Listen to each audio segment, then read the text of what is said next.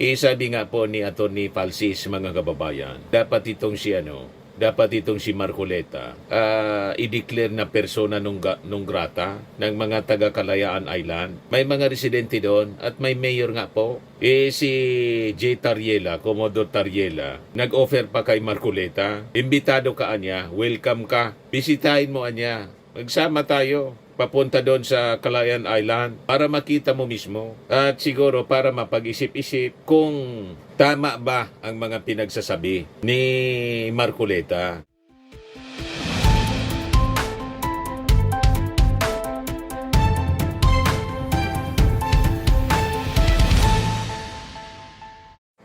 Hello po mga kababayan, si Dante Maravillas. Sabi dito mga kababayan sa balita ng GMA News, Lacson backs removal of Marcoleta's remarks on Kalayaan from Senate record. Di niya Mr. Maravillas ang masasabi mo niyan. I beg to disagree, Mr. Senator. Wag dapat tanggalin, ipatanggal ang naging mga pahayag po ni Senator Marcoleta, para po maging constant reminder sa ating mga kababayan na ang isang senador na tulad ni Marcoleta ay lantarang ipinagkakanulo ang ating bansa para pag ni-research ng ating mga susunod na mga henerasyon, alam nila na once upon a time, a certain Senator Marcoleta ay tahasang ipinagkanulo ang ating bansa sa mga Chino at bababa siya in history na isang makabagong makapili. O di ba, mga kababayan? Kaya hindi ako sang-ayon, Mr. Senator, sa inyong posisyon ngayon. Yan mga kababayan, sabi dito sa GMA News Online. Senator Ping Lacson on Sunday expressed willingness to have the remarks of Senator Rodante Marcoleta, who allegedly suggested that it may be easier to let go of the Kalayaan Group of Islands amid tensions with China removed from the Senate record.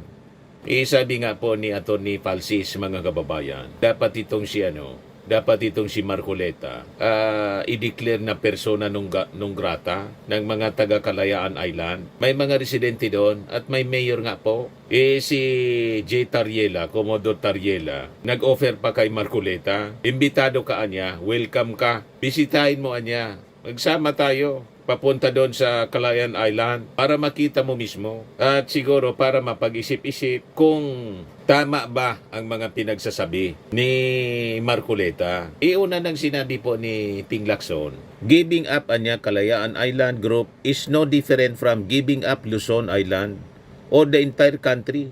Yan o.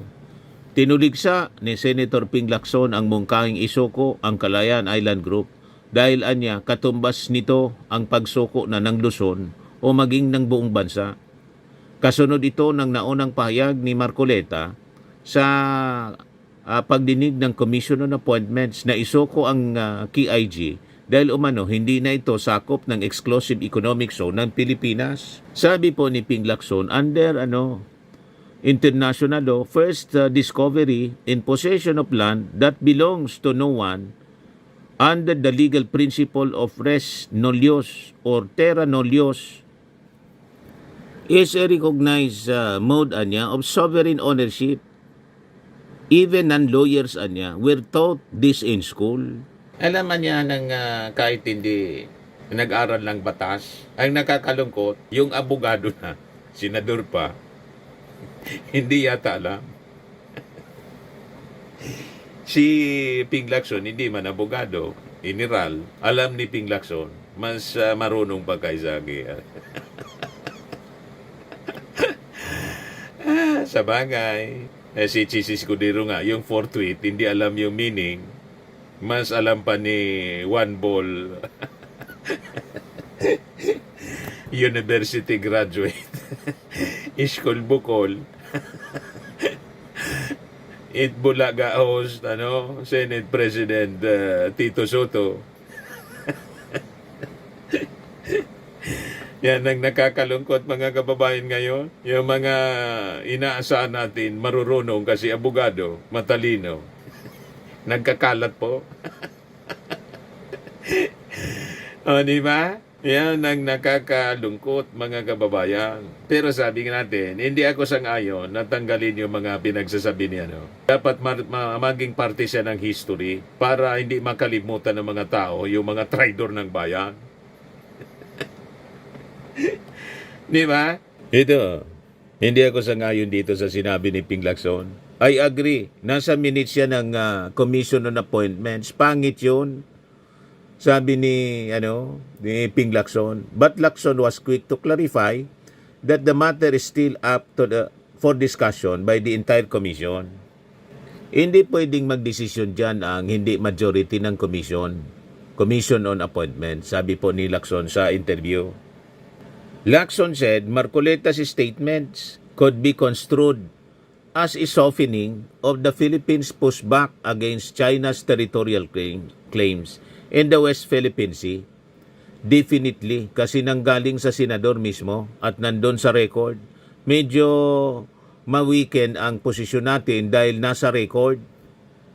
Kaya gusto niyang ipatanggal. Kasi ulit na mababasa, gusto na lang nakalimutan. Payag kami, basta tanggalin ninyo yan i-ethics committee ninyo. Itong si Marcoleta, tanggalin din sa pagka-senador at declare persona non grata tulad ng suggestion ni Atty. Falsis ng mga taga-Kalayaan Group of Islands. Ayan, sabi ni Atty. Falsis, Jesus Falsis urges Kalayaan to declare Marcoleta's persona non grata if he insists on giving up the islands. Sabi ng mga nag-react dito, si Alfredo Villaflor, okay lang wag tanggalin sa record kung tatanggalin ang nagsalita. Sabi ni Ricardo Manaysay, why remove? What is the point? Leave it there. Record yan na pwedeng balikan ng mga susunod na henerasyon para hindi pamarisan at makita kulay ng nagdaang pamunuan. Tama. Sabi ni Quintin Arsiaga, lalabas kasi sa susunod na henerasyon, totoo yung sinasabi ni Marcoleta. May punto din. Sabi ni Tio Biong, yung si Senator Marcoleta, napakaduwag sa isip. Hindi ito gira, ito isang labanan sa paninindigan. Ikaw ba'y totoong Pilipino? Di lamang sa salita, kundi anong paninindigan bilang senador? At ano ang magawa sa iyong ito, sa isyong ito, bilang mambabatas? Sabi ni Solomon sa Lalugan, bugbog na bugbog si Senator Marcoleta sa isyu ng KIG, kahit saan na sukmed, tinitira na siya. Siyempre, sabi ni Hank Fonte, anong nangyari sa kaso niya sa COMELEC and Election Department? May suggestion nga, mga kababayan, na para matanggal si Marcoleta, hindi umubra sa ethics complaint sa kanyang mga pinagagawa, yung susi na hindi siya nag-file ng tama, hindi siya diniklara, mga kababayan, inamin niya sa isang interview.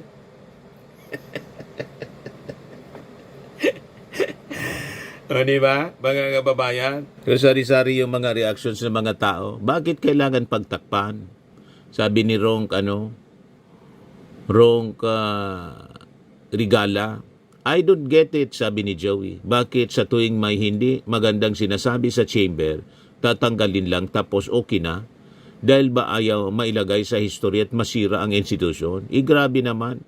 Kung doon makikilala ang minsan ay naging pinuno ng bansa, bakit hindi pananatiliin? Mas malaga ang huwad na kasaysayan kaysa sa pangalang matagal nang nasisira dahil sa iilan. Para kasing ganoon ang dumalabas, let what was said stay and let the future generation be the judge. Walang accountability. Pwede naman pala kasing burahin lang ng basta, ganoon na lang. Pero yung mahirap na dahil sa pagkakataon ay nakagawa ng mali, ay panghabang buhay na sira ang pangalan sa lipunan. May punto po. Ganyan ang tatsulok, ang hustisya ay para lang sa mayaman. Sabi ni Ivan Tan, China ang nagpupondo kay Marcoleta nung eleksyon. Nagpondo. Maraming kontra po sa proposal ni Lacson. Sabi ni Sido Boards, no, wag para malaman ng susunod na henerasyon na may Pilipinong handang ibigay ang pagmamay-ari ng mga Pilipino. Sabi ni Erwin Balientos, just let him bear the consequence of his pronouncement, sympathy and conviction. Sabi ni Cons Alcantara, kaya itong bansa na to hindi umunlad, kagagawan din na marami sa atin kasi naniniwala pa din silang mga politiko na nabulok na lang sa Senado at Congress, wala pa din nagawa sa bansa kundi kumampi sa mali. Well, si Senator Marcoleta lang ang naniniwala na hindi babaguhin ng Supreme Court judges ang desisyon nila sa impeachment ni BP Sara, and the rest still think that the Supreme Court judge revise the decision. At tama, Senator Marcoleta versus Maney.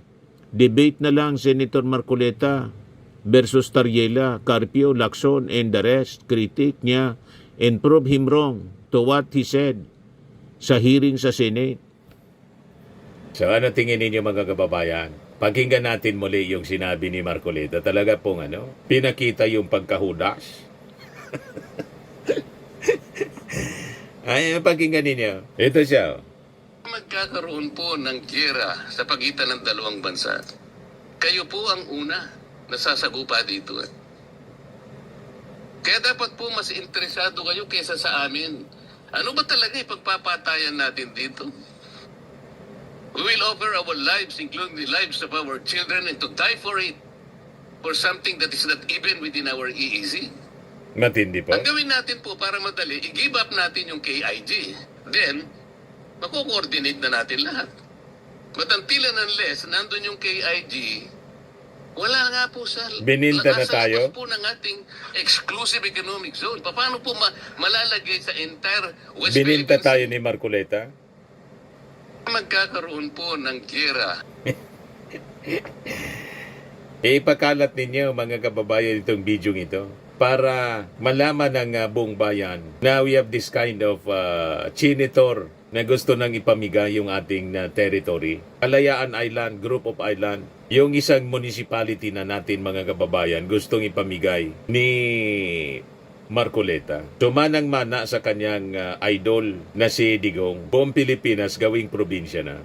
Kaya tuwang-tuwa yung ambassador ng ambassador ng China.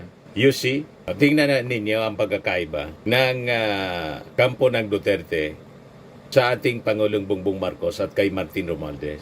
Ito, pakinggan natin. There is nothing Si as Marcoleta. West Philippine Sea. Wala po yun. That is a creation by us. Sa totoo lang po, kahit nabasahin mo yung Gawa-gawa lang daw there natin. is no West Philippine Sea. Ano ba talaga ipagpapatayan natin dito?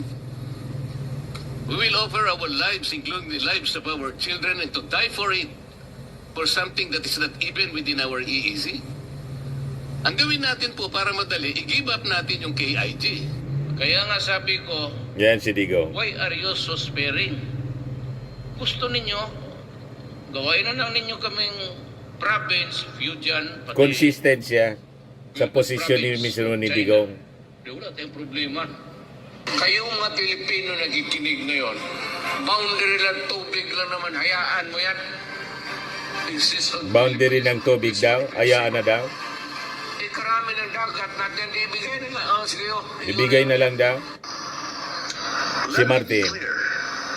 The Philippines remains steadfast in protecting our Yan ang may rights paninindigan. and entitlements in the West Philippine Sea by upholding international law, particularly the 1982 UNCLOS and the 2016 South China Sea Arbitral Award.